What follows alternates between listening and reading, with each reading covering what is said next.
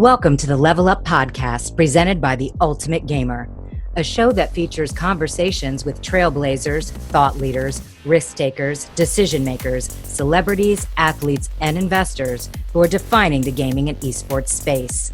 On Level Up, we take a journey into this dynamic industry and start to decode and reveal who and what's making news. It's about connecting, and it's about sharing the stories and vision of the people who make gaming and esports a global phenomenon. And now, please welcome your host, student of the game, and connector to the esports community, Tommy Knapp.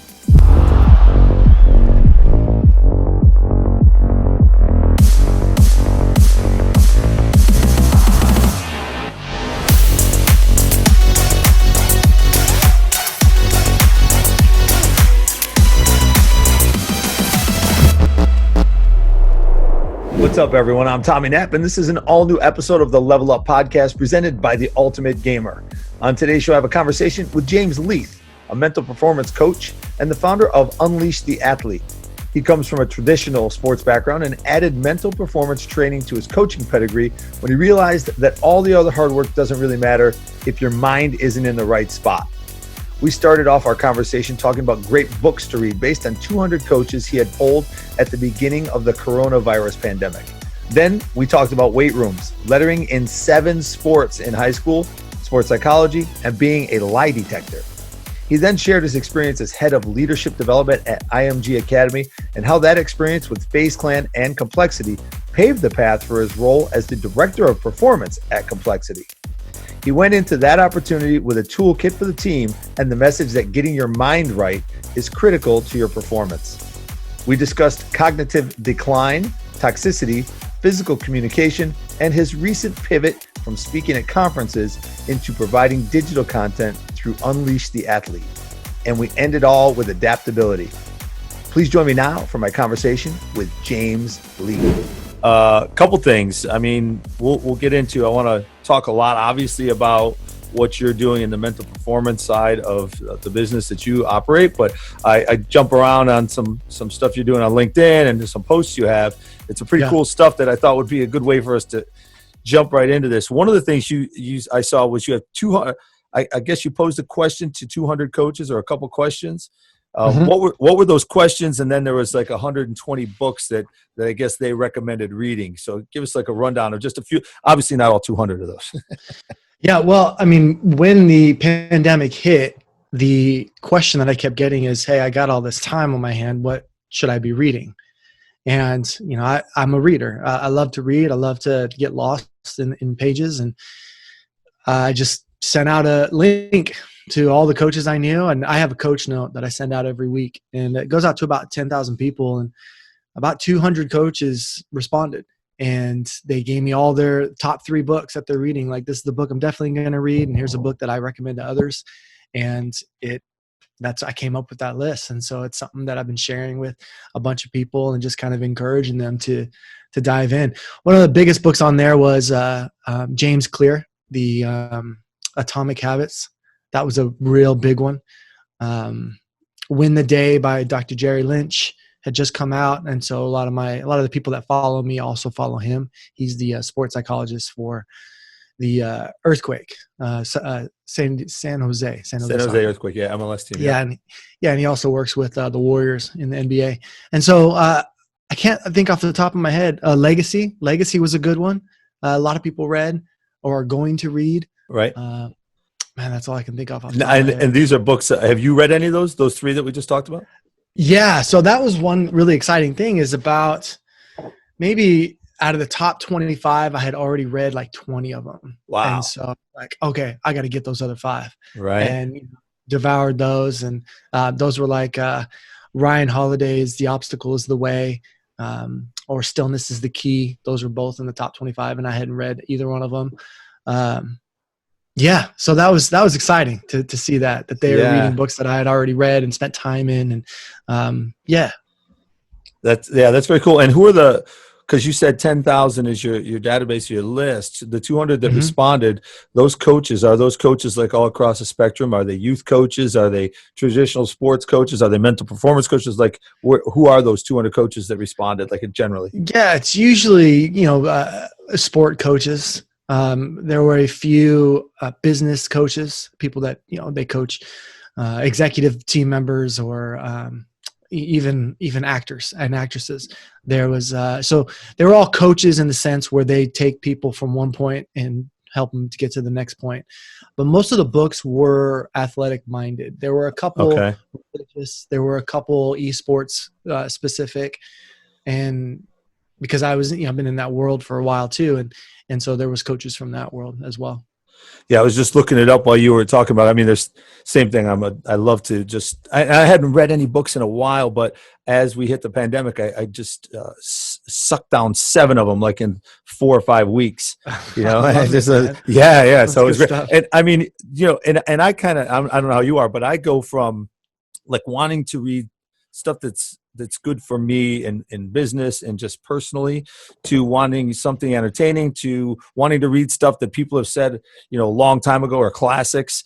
I've tried to read War and Peace like a number of times. That's the only book I've never been able to make it through that I've started. That's a tough book, man. It's not easy, right? Like I read some James Michener stuff, which is like lengthy, 800,000 pages, but never got through War and Peace. But one of the ones was On the Road. I think it's On the Road by Jack Kerouac. And I had never read that, but I've always heard about the beat, that time, the beatnik time. And so I read that. And then I read one by George Perez, who's a real estate developer, and a number of other ones. But the one that I used to share with people, because I used to do kind of what you're talking about. I'd buy these books and then I'd share it with people in the traditional pro sports side and then just friends. But Pat Williams, Extreme Dreams, or Extreme Dreams Depend on Teams. So that's a good one. I've never heard it. Yeah. If you didn't have that one yet, that's a really good one. And Pat was with the Orlando Magic, and I think he was maybe with the 76ers as well. But that was a good one. Yeah. So going on to then staying kind of in this genre, you also did something on movies. And was that sports movies, or was that? It's something on movies. What do you mean? Yeah, I thought I saw something on your LinkedIn or something, just like what are great sports movies? What was that? Oh, what are some great movies that use athletics as a way to bring people from different backgrounds together? Yep. I don't know. I posted that. I haven't looked at it yet. Because that's what I do is I'll put out a question and then let it sit for a couple of days and then come back and then get all the answers. You can waste a lot of time by continuing to check stuff. And so like I'll post something on Instagram or on Facebook or Twitter, and I'll drive myself crazy going back and checking it. Right. So I'll set it and then I will come back to it a few days later. So I have no idea. Have people responded? There's 12 comments in there. I mean, fantastic. I don't see any of the comments. But I was wondering for you, like what you would think 1 or 2 of those might be. Right now, it's 100% focused on race relations. Right now, it's just movies that are helping to let people see their biases, their learned behavior, their racism, like things that they don't even know are racist. Right. So you got a movie like Remember the Titans, this fantastic movie, and it deals very much in that time. And there's some other movies, man, put me on the spot. Yeah, but there's one like Marshall. I don't know if Marshall is one. Yeah, We Are Marshall. Yeah. We Are Marshall, definitely. Yeah, they lost an entire team to an airplane crash. I forgot about that one. Matthew McConaughey is actually the head coach in that one. I thought that was a pretty good one. Yeah, dude, and that's a great segue before, and then we'll jump into like your history of what you're doing now. But Matthew McConaughey, I saw another post. That was the last one I was going to ask you about. I think you reposted something that somebody had asked Matthew McConaughey about being great, and I don't know if you remember that. It was probably like a month or 2 ago, but he had said that something about not wanting to be embarrassed, not wanting to embarrass himself, and that was one of the things that kind of made him work so hard towards, being great, I guess, or being the best of what he could be. He didn't want to be embarrassed? Yeah. It's interesting. It's 2 minutes. So it was a repost from John, and I can't remember. John Gordon. Yeah, John Gordon. But I don't remember. I mean, I loved that interview. I thought that interview was a lot of fun. I don't remember anything about being embarrassed. Like he doesn't strike me as the kind of person that gets embarrassed. No, so that's what he was saying. So that's what he was saying. So the 2 minute clip that I saw was basically he feels like embarrassment is actually a very good thing because you don't want to be embarrassed. So it's one of those things that should inspire you to then work really hard. Okay. It's kind of like the same thing. Like, you can give positive encouragement, and this is a great segue into what you do on the mental performance side. So I'm one of those coaches that tends to, I would work with a lot of youth, and I'm always positively reinforcing things. But there's some kids and some individuals that through time have been told they're not good enough or they can't do it, right? And so I would think of that as kind of negative reinforcement. But a lot of times that individual that gets that kind of feedback will then take that, harness that, and use that to become better and greater. And I just think of Michael Jordan being told that he couldn't make his team or something. And I don't know the whole story on that. I think it's always paraphrased, but whether he was a freshman trying out for the varsity team and didn't make it, but being told that he wasn't good enough then inspired him to work harder than anybody else. Yeah. Yeah. Yeah. He was a sophomore trying to go out for varsity and didn't make the varsity team, and everybody's like, "Oh, it's all." I was like, "That happens all the time. It's not that big of a deal." Yeah.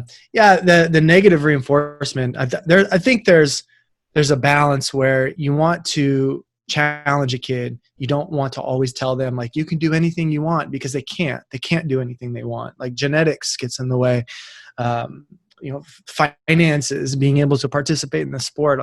There's so many different variables of why you can't just tell a kid you can be whatever you want to be, but you also want to be encouraging, And I working at the professional ranks, I can tell you that professional athletes got there despite all the crap that went on before them. And it's not very often that you find somebody on a professional team that had a lot growing up. They had the good facilities, they had good nutrition, they had good coaching. No, usually they kind of figure it out on the way there, and they're able to handle all the pressure when you get to that level. Yeah. So having said that, what was it that made you want to get into the mental performance side of things? And did you also get into, have you been a physical trainer as well? So kind of rewind us and go back to maybe when you were growing up or even college and getting into what you do now. Well, when I was in my 20s, I was a personal trainer for 10 years, and I was a strength coach, and I worked at the colleges and the high schools, and I was in the weight room dungeons and chalk and all this stuff. And so I spent a good part of a decade in that world. And towards the end, I really wanted to focus on mental aspect of it. I realized that all this training, all this physical training, all this practicing techniques and all stuff, none of that works if the mind isn't in the right spot. Right. None of that training can be accessed if you can't control your emotions. Nothing good ever happened by getting pissed off and just losing your cool. Like, you can get pissed off, but the more you stay cool, that's when you start really just performing. So towards the end of my 20s, I decided to go back to school and get my master's in performance psychology. Well, during high school, my father gave me two options. He said, you can either be on a team or you can have a job. So I just went from sport to sport to sport. And back in the late 90s, there was football season and it ended. And then you played basketball, and then it ended. And then you played baseball, and then it ended. And you had a month off and you played football. Nowadays, it's, every sport is year round. But sometimes I wouldn't play basketball. Sometimes I'd wrestle. Sometimes I wouldn't play baseball. Sometimes I'd play volleyball. So by the end of my senior year, I had varsity lettered in 7 different sports. Wow. Now, I wasn't good at most of them. So that's like, I didn't excel at 7 different sports, but with enough enthusiasm and work ethic and just kind of just being just gritty, you can make a team, And so, and I also believe that playing those other sports made me better at my primary sport, which was football, which I ended up playing when I was in college and then afterwards. And so when I got into my late 20s, I found the word sports psychology. Like, I'd never seen it before. I'd never heard of it before. And I started diving into it, and I was like, oh, this is interesting. And then I realized, oh my gosh, this is 50 years old. Like, they've been talking about this for 50 years. So I just jumped on board, and I said, this is what I want to do. So I went back to school. I got my master's. I got hired at IMG Academy, and I was there for a couple years. And then when I moved to Dallas because of family illness to take care of my father, I started my own thing. But I had been doing it for 20 years. When I was a personal trainer, you're counting sets and reps and you're organizing workouts, but really what you're doing is you're a lie detector. How did you eat last week? Oh, I ate pretty good. Yes. Like, how'd you really eat? Because you're getting lied to all the time as a trainer. But in sports psychology, it doesn't do the person any good to lie, because then we can't root out any of the problems. Yeah, that's interesting. Lie detector. I'd never thought about it that way. It's a really interesting way to put it. Who I learned that from was I was in my late 20s, and I was at a conference, and I had auditioned for The Biggest Loser, and I wanted to be a trainer for them. And I made it pretty deep into the process, and I met one of the trainers there who's famous from there, Jillian Michaels. And we were backstage, and I asked her, I was like, Jillian, what do you read? Like, how do you spend your time? And she goes, I bet I know what you read. And I was like, what? She was like, books on nutrition and strength and conditioning and the muscles. And I was like, yeah. She was like, you need to stop reading that. Never read another book like that ever again. And I was like, why? She goes, your clients are lying to you all day long. You need to learn psychology. You need to learn the art of influence. You need to learn these things that are going to help your clients be to follow the plan without lying to you, without trying to make excuses. That's what you need to focus on. So that conversation right there actually was the thing that really turned me on to the mental side of life. Yeah, it's a great point, because when somebody's lying to you, you're not dealing in the reality of the situation. You're trying. Right. I can't help you if you're lying. Yeah. Well, if you can, the help you're giving them isn't actually the help that they need, because they're lying to you. Right. Yeah. Because they want to be liked by their trainer or respected, and it's like, look, you don't pay me to like you. Well, you're here. Yeah. Yeah. Yeah. So you went to IMG. Talk a little bit about that experience, and then I really want to dive in, because this is a lot about esports and gaming, the experience that you had with Complexity. But I know we're getting there through your IMG experience. Yeah, well, that's where I met Complexity, was IMG. They came out there. When I was at IMG, I was the head of leadership development for the entire academy, and we did a lot of stuff on identity and identifying values and understanding where beliefs come from and how to be a leader, who can be a leader, what to do when you're a leader. And we were side by side with the mental conditioning team, and they would teach things like sports psychology, which that's my background. When Complexity came, also FaZe was there, FaZe Clan. They came at 2 different times. And I hit it off with them well, because it wasn't so much the mental conditioning things, the sports psychology things they needed. What they needed was how to communicate better and how to resolve conflict. That was probably my biggest lesson in teaching esports, was working on ways to de-escalate conflict and arguments, because they're in the headphones, and if somebody says something or they're talking too much, it annoys people, and then it affects their performance. And so, specifically with the gamers, when they came, my job was to teach them how to communicate. And so we took lessons from Navy SEALs and how they can communicate only when necessary, and they're just sort of short commands. You don't hear people, you don't watch a movie about the military and they're just like cackling in the microphone. No, right. It's like, we're here to do a job, and there's a time and a place to mess around. But when we're playing, let's play to dominate. Let's not play to compete. No, let's play to win everything. And so you have to practice that kind of stuff. And it's why amateurs find it so hard to move to the professional ranks, is because they continue to act like amateurs. So walk us through that a little bit. What does that look like is it a 1-hour training session? Are you just coming in to their normal training session and now adding these elements in? Well, when I was at IMG, it was an hour session, but that doesn't do anything. It's like, somebody wants to be a mechanic and then I show them a wrench. It's like, okay, here, this wrench, there you go. All right, now go be a mechanic. And it's like, right. I don't know what to do with this tool. Right. So Complexity actually hired me outside of IMG to go and be at one of their houses in Florida. So I was there for a couple days, and I just sat in on their practices, and something would happen and I'd watch them, and then I'd give them notes. And so I would help them out. It was their Dota team. And then when I left IMG to take care of my father in Texas, Complexity had actually moved to Frisco, Texas, which is home of the Cowboys, just north of Dallas. And they asked me to come aboard. And so I came aboard as a consultant because I didn't know how long I was going to be around, because my father, he was going to pass, and he ended up passing a couple months later. But then I ended up working full-time with Complexity as the director of performance. And so that was around 2017? No, that was 2018. Yeah. 2018. And going in there, because, and correct me if I'm wrong, but you really hadn't applied a lot of these learnings to an esports or a gaming team. And where's the difference, right? Like you were talking about leadership. So I think about leadership and talking about communication. It's different on a football field than it is on a basketball court. You still have to communicate. I don't think it is. I don't think it is. Yeah. Okay. The life lessons of leadership and communication are applicable in and out of any sport or life condition. When it comes to self-leadership, it's just about discipline. It's about understanding why you react to certain things and then deciding to respond to other things. Now, when Complexity hired me, one of the guys was really pissed off about it. He was like, "What the hell do you know about esports?" And I was like, "Nothing.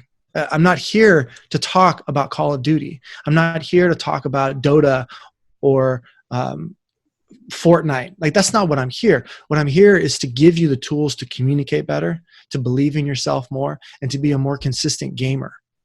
Whether you are dropping back to throw a deep pass on the field, whether you're about to dive into a pool, or whether you're putting your headphones on and you're going to become this avatar on your computer screen, all these lessons are applicable. And you can use them. It's all about teamwork, whether it's in the business setting, whether it's in a video game setting, or whether it's out on the football field.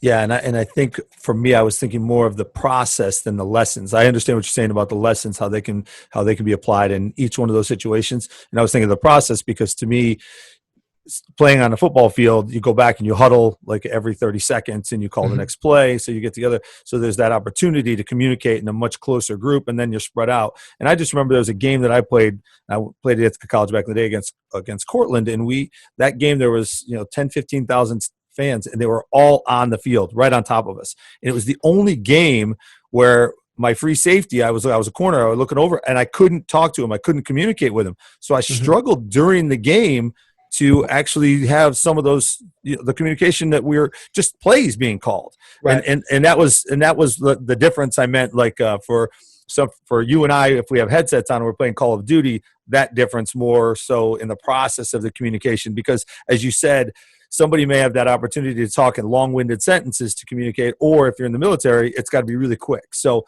the message might be the same, but the process of that communication is different. Yeah, I think so. I mean, I see what you're saying. I think it's more semantics. I still kind of disagree in that it's applicable everywhere. Whereas in the actual moment, like, yeah, there's differences if you're on a wrestling team or, if you're in a game or whatever it is, but the tools are all the same. When you're talking to someone, don't talk at them, talk to them. Have a conversation.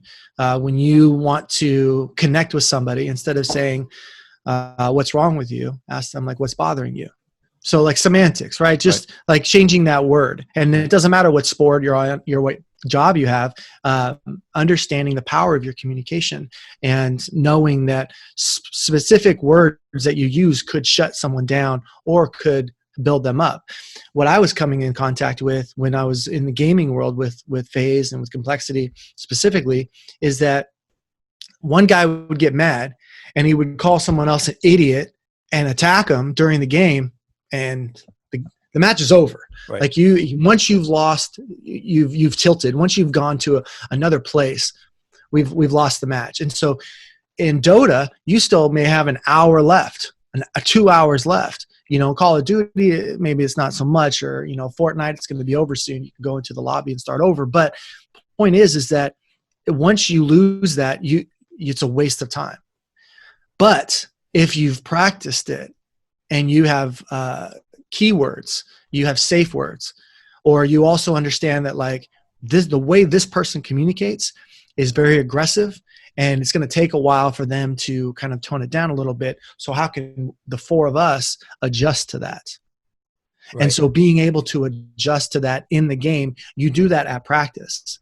And you have to be very intentional at practice, where me as the mental performance coach, I would come in and I would be listening and we would hear stuff. And during practice, you can, like, pause everything and be like, all right, so let's redo this conversation. Right now, you just said he's an effing idiot. well, we've got 13 minutes left in the game. If we were in a championship match right now, he has just shut down. And I look at him, I'm like, am I right? And he was like, yeah, F that dude. And I was like, all right, well, let's deal with this right now, because this will happen in a match. And how can we handle it right now?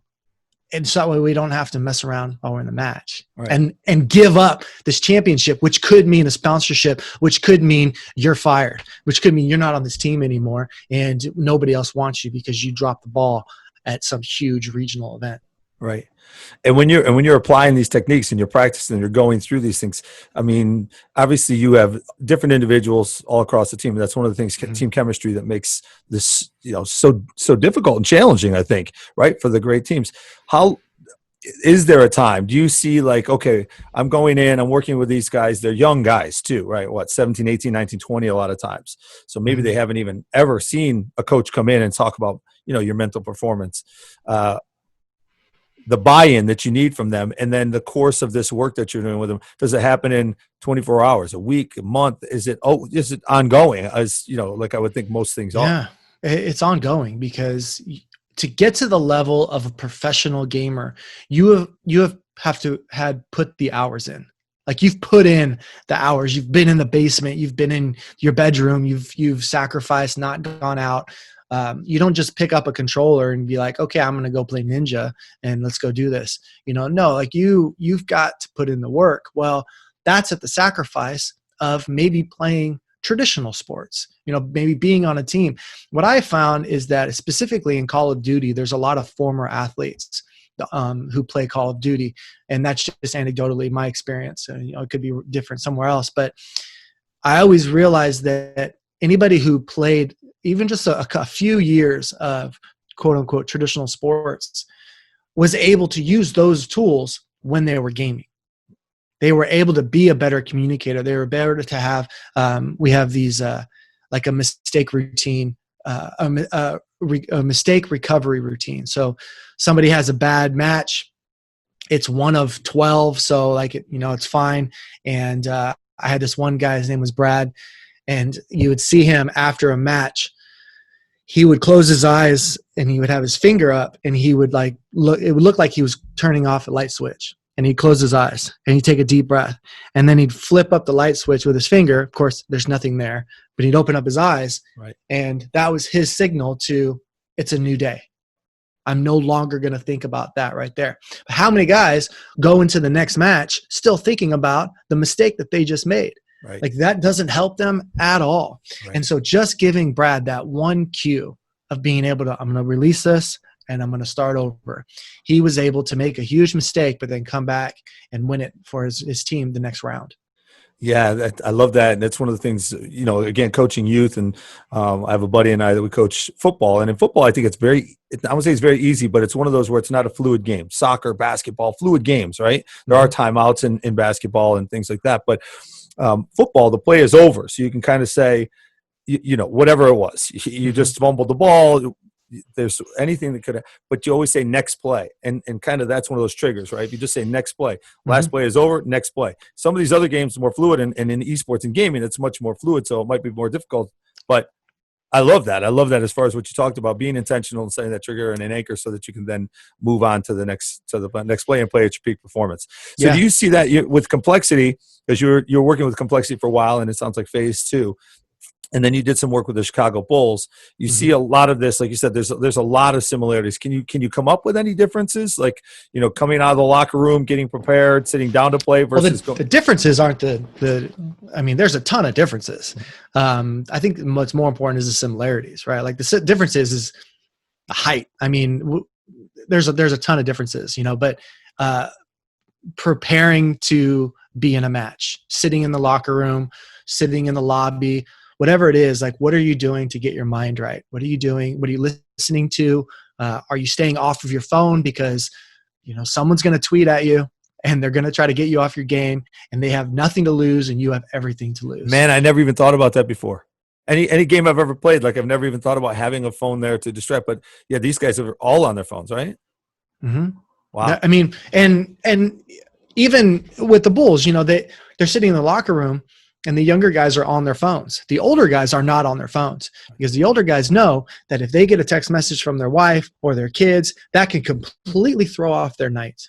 Right. And you've got these gamers who have a little bit of money now, have a little bit of notoriety, are getting attention from people, and their phone goes off in the middle of a match and they're checking it.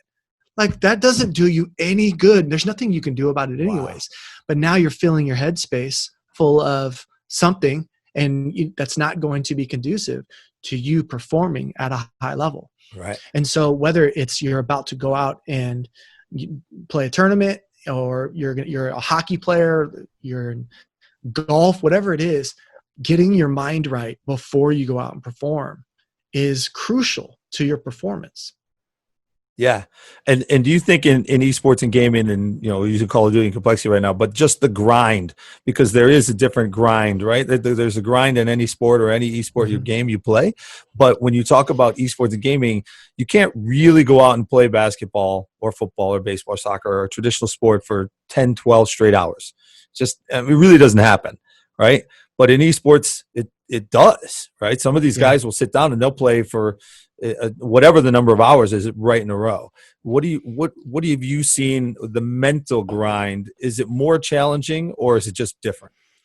Well, I've addressed it as an endurance athlete, like someone who runs a marathon or a triathlon. That's good analogy. And that you've got to be able to sit there and be at 100% energy level, which is why a lot of gamers are out of shape, because they're sitting down a lot.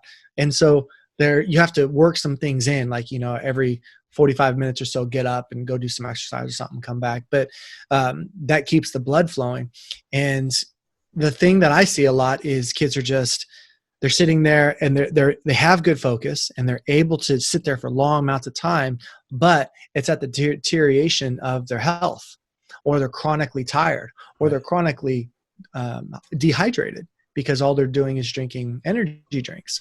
And so the burnout is in your mid-20s or so. That doesn't have to be that way.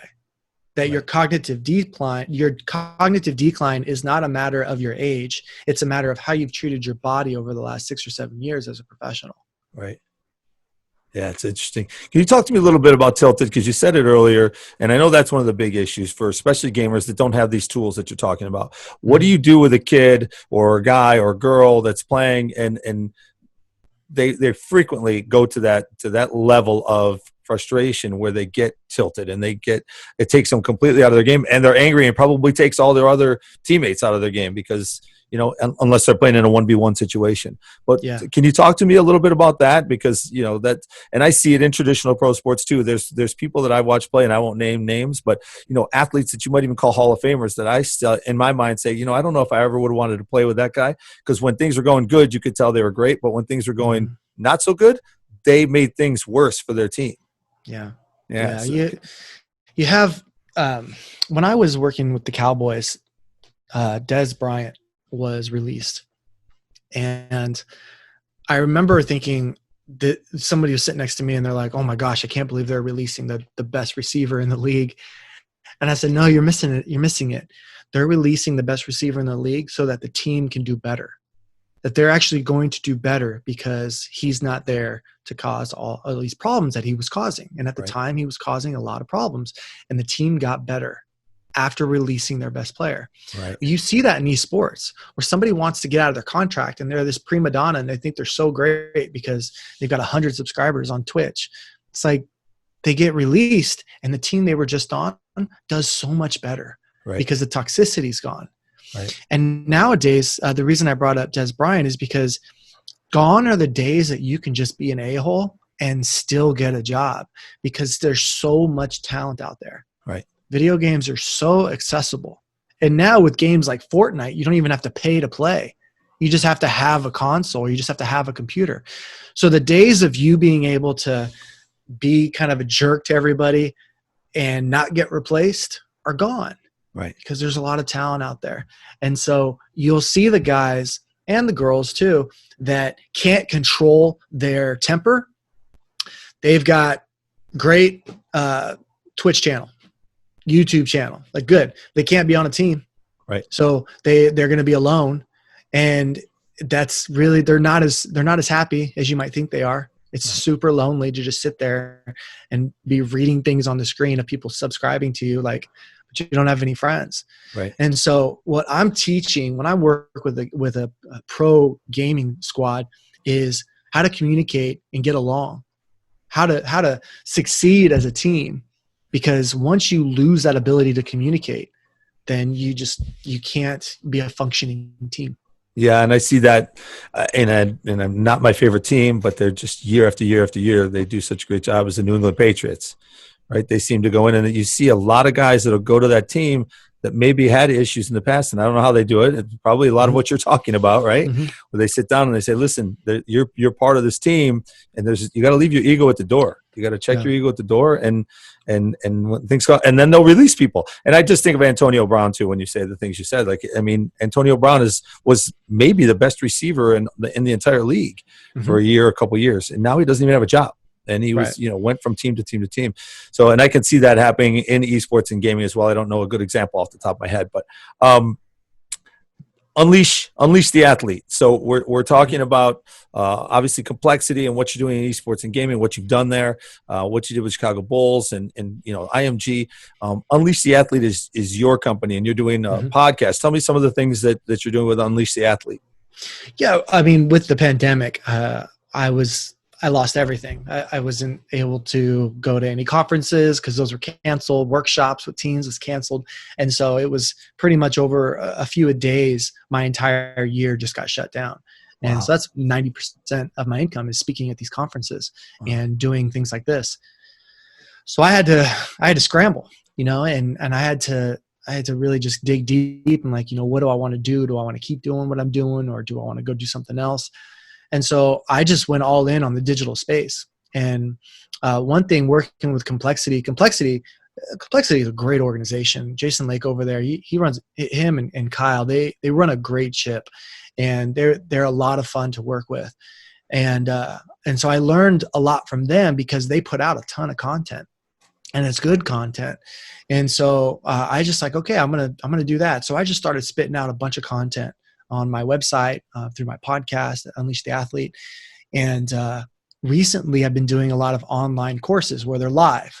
And so it's almost like I've got a Twitch channel, but instead of playing a video game, like last night, I was teaching on communication. You got the verbal, the physical, and the digital. So I spent an hour talking to over 100 kids from all over the world on those three topics. Okay. From 9 years old, I had a kid 9 years old, all the way to 25, who's an Olympian. Okay. And so that's really what I've been focusing on, because that's the only thing I can do right now. Yeah, that's interesting. So a 9-year-old, a 25-year-old, the content that you're talking about, are you able, because you've got 100 of these kids online, are you able to, is it a general conversation? Because like you said, a lot of these apply to anybody and everybody, but a 25-year-old will obviously absorb that much more differently than a 9-year-old. So how do you, Absolutely. how do you have the general comments, and then are they chatting with you on the side? Like, how does that work? Yeah, it's really interesting how it works in that the little kid, his name is Z. He's 9 years old, and I know his mom or dad is sitting next to him right while we're doing this, and I've sent mom and dad the information so they're able to talk about it or mute me and talk about it. But you get to the older kids, 22, 23, and they're just soaking it all up. You don't have to entertain them. I'm imagining I'm talking to about a 15-year-old kid. Okay. So when I'm speaking and I'm looking into the camera, I'm speaking to a 15-year-old kid, and the lessons are not age specific. So for example, I'm talking about when it comes to physical communication. I always hated nonverbal. I thought that was a stupid name for it. Right. So my physical communication is eye contact, posture, and movement. And so I teach the kids about making eye contact, and I always get pushback. They're like, that's not physical. I'm like, all right, seriously? You're at a coffee shop and your crush walks in and makes eye contact with you. You're telling me there's not a physical reaction to that? And I said, and also like when you're looking at a coach and you're showing respect, or you're in the middle of an MMA fight and you're about ready to go and you're just trying to be intimidating, that's for a physical response in the other person. Yep. But then we'll go into posture. And I'll teach them, okay, when you're slouching in your chair because you're tired, because you're an athlete, what else could you be communicating? And then so in the chat, they're like, disrespect. I'm like, yeah. So when you're trying to express that you're tired, the person looks at you as being disrespectful. Now the teacher's mad at you, and now you're in trouble, and you go down this spiral. You find yourself in the office all because you didn't have the words to be able to say, I don't mean to be disrespectful. I'm just really tired. I'm totally paying attention. Right. Saves them a trip to the office. Right. And you tell them, so this is this the 6 week program that I saw, or is this something different? Yeah, that's the 6-week program. So we're doing it live, but like after this, I'll re-record the presentation last night, just looking into the camera, like Mr. Rogers style, right? Yeah. Just me and that other person. And then so they can get all those lessons without being on the live call. But that live call you think is very important? Well, I mean, the kids like it because I say their name and, you know, I know them, and there's a couple that talk a lot and then they end up talking to each other. And the older kids, I explain to them, look, if somebody asks a question in the chat, I want you to answer it while I'm going, because I want you to monitor it. And when you give kids the opportunity to be a leader, they jump all over that. Yeah. And I'm assuming because it's an hour long, is it 10 or 15 or 20 minutes of programmed format and then Q&A, or is it just an hour long straight? No, I go an hour and then I excuse everybody and I say, anybody who wants to stay and ask questions, I'll be here as long as you are. And I usually stick around for about 10, 15 minutes. A couple kids. It's usually the older kids that want to stick around. Okay. When you're live in front of kids, so it's this interesting thing. One of the best parts about being at IMG was the amount of reps that I had to teach. Right. And it was from 9-year-olds all the way to 29-year-olds. I mean, it was all across the gamut. And what I learned is that youth sports, like Little League and just kids are like 9, 10, 11 years old, you got to entertain them a lot more. Yeah. Than educate them. You got to keep their interest. Yeah. And then as they get older, 16, 17, 18, they're all about taking notes and, you know, you don't have to entertain me, just a quick game and then let's get into it. But then once you get into the pros, it goes the other direction. You got to start entertaining again. Okay. Because everything is so intense that they just want an escape. And so I'd be out there with the Windy City Bulls playing rock, paper, scissors cheerleader, which is this game where you and I play best 2 out of 3, rock, paper, scissors, shoot. And if you beat me 2 out of 3, I become your cheerleader. And then we move our mob to like the next person. Okay. And so at the end, you have one champion over here and one champion over here. And you can do this. I've done this with 400 people before. And it's the most insane thing you could be a part of. Interesting. Well, that's just the game, right? It's just rock, paper, scissors. I guess it's no big deal. But then at the end, I remind them that they were once competing against each other, and then they became teammates to encourage the winner. And then we had one champion on this side, one champion on this side, and then we celebrated one ultimate champion. But our energy level was through the roof. I want you to anchor this and think about this energy when you need it later on in the season, and dig into this moment when you're like, oh, guys, when coach says, hey, we're flat, why don't we dig into the energy that we experienced when Coach Leath was here?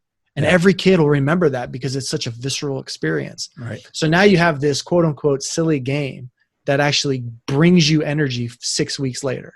Right. No, that's awesome, man. That's awesome. Can you replicate that in the format that we are in today? Can you do that digitally where you think it has the same effect as it did when you were live with those 10 people to 100 people, 400 people? Yeah. No, it's not the same. Not even a little bit. Yeah. No, I mean, even now, you and I were in the same room talking, the energy level would be completely different, right? 100%. Like just there's too big when you're on screen, and then there's not enough. But when you're in person, there's no such thing as too big. Yeah. So the pivot that you've made, you had to make. What do you feel? How do you feel about it so far? I mean, well, my biggest message over the last 2 months was your number one ability is adaptability, and you have to adapt. You've got to change with the times, and you have to pay attention to patterns and to trends. And, you know, if you're going to be a Luddite and not pay attention to anything, then you're going to get left in the dust because things are changing.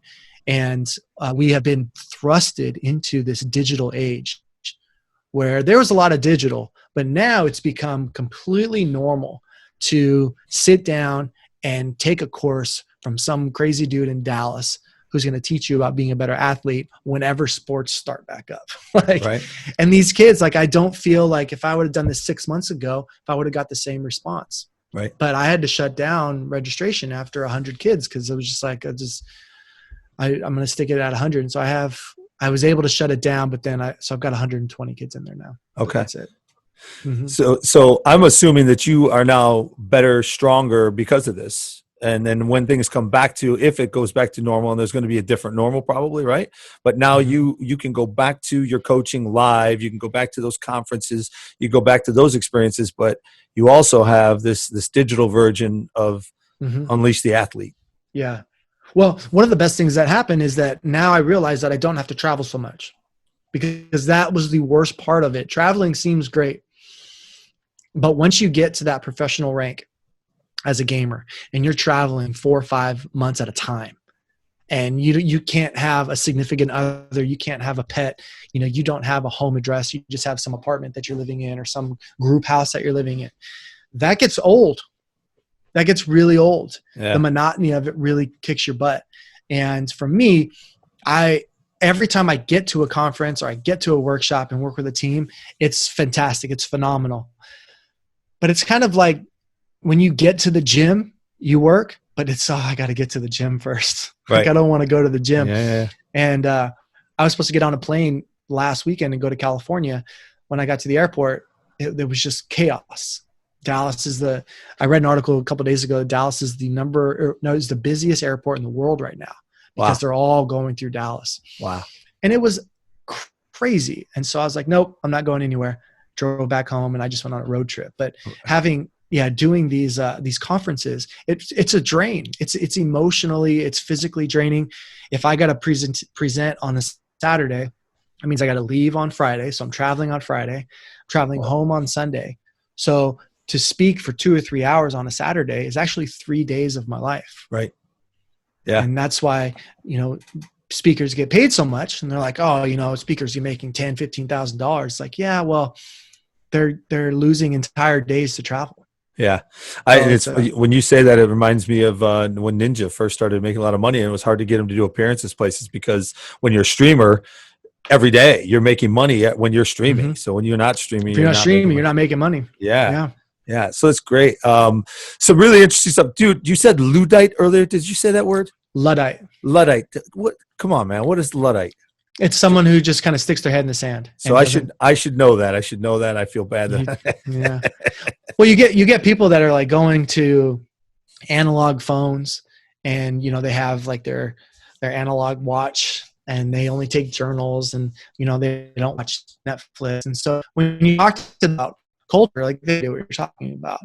And so they're Luddites. That's kind of the name for them. Yeah. It's like an official term. It's not like slang. Yeah. Well, I love the fact that you did adapt quickly, and it sounds like some of the material that you're putting out is great. You probably have the thing that's, again, with digital, is you have a global reach, even if you're not. I don't know if you're global right now or just national, but if you're speaking in Dallas, only the people in Dallas can hear you, see you. But having this material now available online, I can see you anytime. I just need to register. I got kids from Switzerland, from Australia. One kid at 6:00 at night, it's 7:00 in the morning the next day. And so he's like starting his day with me, and he's like, all right, coach, have a good day. And I'm like, it's 7:00. I'm going to bed, right? I'm going to bed right now. Yeah. So that's awesome, man. What else do you have going on aside from that? Because we are going to come back soon. Obviously, you're preparing probably for what's going to be around the corner. But what's on the calendar for you in the next 3-6 months? Well, I'm kind of dug in. I'm going to do this for psychologically. I'm like, I got a year. I can do this for a year. Okay. Just be staring at this green dot right here and doing interviews and putting out content. I think we'll be back to normal, whatever that is, in 3 to 6 months. Okay. But if we're not, I'm going to be fine with it. And it's a mindset, right? It's just choosing, like, I'm going to be okay with this because I can't change it, and complaining about it does nothing for anybody. Right. So I'm going to be okay with it. Yeah. Do you see yourself doing anything more in the esports and gaming space with either teams or individuals? Yeah, I loved it. I had a lot of fun, and I'm pretty brand loyal to Complexity, just because they they really took care of me when I left IMG and I moved to Dallas. But there's a lot of room for guys and girls who are doing what I do to be in esports. It's a very much untapped market. And so I do see the sports psychology branch of esport growing exponentially. Well, I think it's massive. I think it's massive because I do think, again, we talk, and I've been 30 podcasts in the last 15 days. And so the conversation is a lot about, how esports and gaming has exploded. And I had a conversation with somebody the other day, and think about gaming's kind of been around for 50 years when you think about Atari and way back in the day. Competitive gaming has maybe been around 10, 15, 20 years, but esports itself, you could say 2014, 2015, but really when all the money started coming in, it was 2017, 2018. It's super, super, super young. Yeah, it's just a baby. Yeah. And when you talk about the complexities in the world and the services that you offer, I just can see every single pro team and then individuals that are content creators and streamers that really could use this. And especially when you look at mental health down the road, getting involved and knowing what you're getting. I think you made a great point about traveling. Like, I didn't think about it again, but a lot of these teams before this happened were just like traditional pro sports athletes, and they're traveling all over the world. Right. And chronically exhausted, chronically dehydrated. Yeah. And you're not going from Boston to New York, right? You're going from Dallas to maybe Seoul or Shanghai or something. Yeah. And you're staying there for a month, 2 months at a time. Yeah. So it's crazy, man. It's great to talk to you. I mean, I think you have so much to offer. I love everything that you do. It's so necessary in this space. And I just want to introduce you to more people and introduce what you are doing as far as Unleash the Athlete goes. And the last thing I saw is Changing the Game project. So maybe we can finish on that. Yeah, that's a creation of my buddy John O'Sullivan, and he focuses a lot on parent education and coach education, and just kind of bringing the game back to kids, giving the sport back to kids. It's become it's become entertainment for adults.